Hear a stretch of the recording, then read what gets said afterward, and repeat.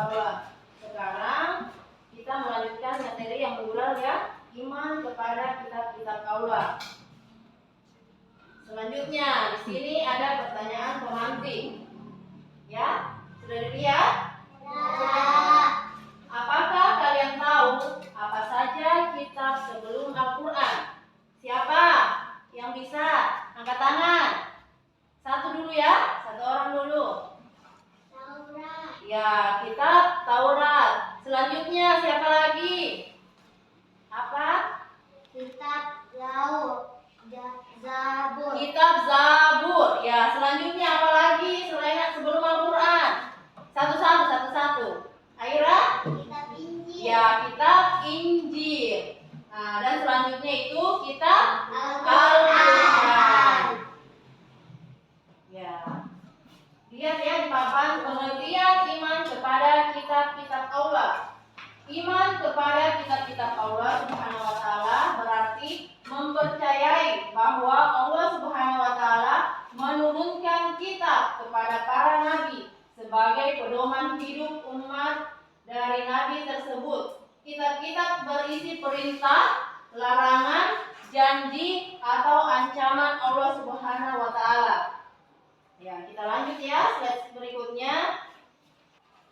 Di samping kitab-kitab tersebut sebenarnya wahyu Allah Subhanahu wa taala juga ada yang berupa sahifah-sahifah atau lembaran-lembaran yang bertuliskan firman Allah Subhanahu wa taala yang diturunkan kepada nabi dan rasul. Ya. Kal buka bukunya nak. Selanjutnya bagian B. Kitab-kitab Allah Subhanahu wa taala yang wajib diimani. Perhatikan ya, ada 4. 1. Kitab Taurat. 2. Kitab Zabur. 3. Kitab Injil. Dan 4. Kitab Al-Quran. Slide selanjutnya ya. Ya, ini pengertian dari kitab Taurat. Kitab Taurat diturunkan oleh Allah Subhanahu wa taala kepada Nabi Musa alaihissalam. Kitab Taurat diturunkan sebagai pedoman bagi Bani Israel yang kemudian disebut sebagai bangsa Yahudi. Ya, slide selanjutnya. Kitab Zabur, kitab yang diturunkan oleh Allah Subhanahu wa taala kepada Nabi Daud alaihi salam yang merupakan salah satu nabi dari Bani Israel. Tetap dibaca ya. Kitab Zabur berisi kumpulan ayat-ayat suci. Kitab Zabur terdiri dari 150 surah yang berisi nasihat, pujian-pujian, kata-kata hikmah. Ini kelompok 1 ya, kelompok 1, ini kelompok 2. Jadi selesai selesai tugasnya 1, 2 atau 3 orang menampilkan hasil kerja diskusinya ya, oke?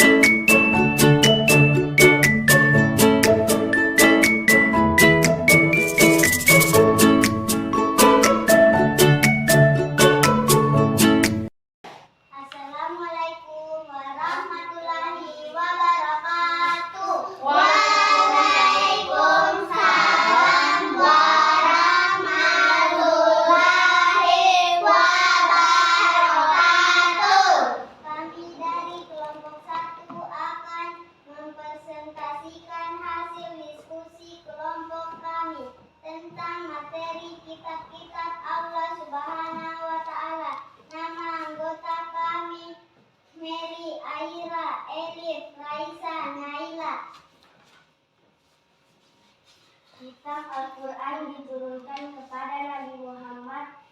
Al-Quran merupakan wahyu Allah Subhanahu wa Ta'ala yang terakhir, yang membawa kebenaran. Selanjutnya, Kitab Injil diturunkan oleh Allah Subhanahu wa Ta'ala kepada Nabi Isa. Kitab Injil berfungsi untuk membenarkan kitab yang mulai. ya, itulah hasil pemaparan dari, perhatikan ya, kelompok 2 itu hasil pemaparan dari kelompok 1. Ya, kita beri aplaus dulu untuk kelompok 1. Assalamualaikum warahmatullahi wabarakatuh. Waalaikumsalam warahmatullahi wabarakatuh. Ya, silakan duduk bagi kelompok 1. Ya, kelompok 2 bersiap ya. Silakan kelompok 2. Kelompok 2 naik semua. Naik ya.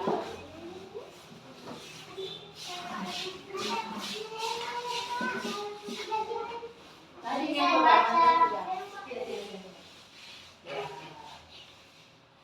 Silakan kelompok 2.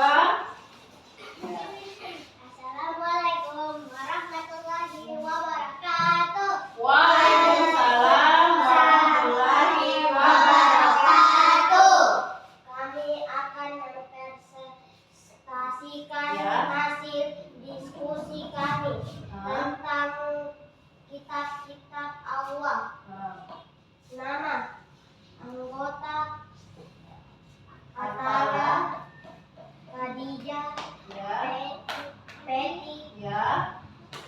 Reva, Kalisa. Oke. Ya. Kitab Taurat diturunkan oleh Nabi Musa alaihissalam. Kitab Taurat diturunkan sebagai pedoman bagi Bani Israel. Selanjutnya. Kitab Zabur diturunkan oleh Nabi Daud alaihissalam yang merupakan salah satu nabi dari Bani Israel. Ya. Itulah pemaparan dari kelompok 2. Beri aplaus dulu kelompok 2. Assalamualaikum warahmatullahi wabarakatuh. Waalaikumsalam warahmatullahi wabarakatuh. Silakan. Mari kita jadikan iman kepada Allah Subhanahu wa Ta'ala sebagai kekuatan untuk menjadi anak yang jujur, rajin, dan bertanggung jawab. Bawalah nilai-nilai ini di dalam kehidupan sehari-hari, baik di rumah, di sekolah, maupun di mana saja. Ingat, kalian adalah generasi hebat yang bisa membawa kebaikan bagi orang lain. Tetaplah bersemangat, belajar dengan berbuat baik. Insya Allah kesungguhan kalian akan membawa keberkahan. Kesimpulan materi kita tentang mari beriman kepada kitab-kitab Allah. Beriman kepada Allah Subhanahu wa Ta'ala adalah inti dari keimanan seorang muslim. Beriman berarti meyakini dengan sepenuh hati bahwa Allah Subhanahu wa Ta'ala adalah Tuhan yang esa, tiada sekutu baginya. Allah memiliki sifat-sifat yang sempurna seperti Maha Pengasih, Maha Penyayang, Maha Adil, dan Maha Kuasa. Iman kepada Allah Subhanahu wa Ta'ala diwujudkan melalui keyakinan dalam hati, pengucapan dengan lisan, dan pengamalan dan perbuatan sehari-hari. Ya, tidak ada yang mau ditanyakan? Ya, kalau begitu kita tutup materi kita dengan mengucapkan hamdalah, alhamdulillahirabbil alamin.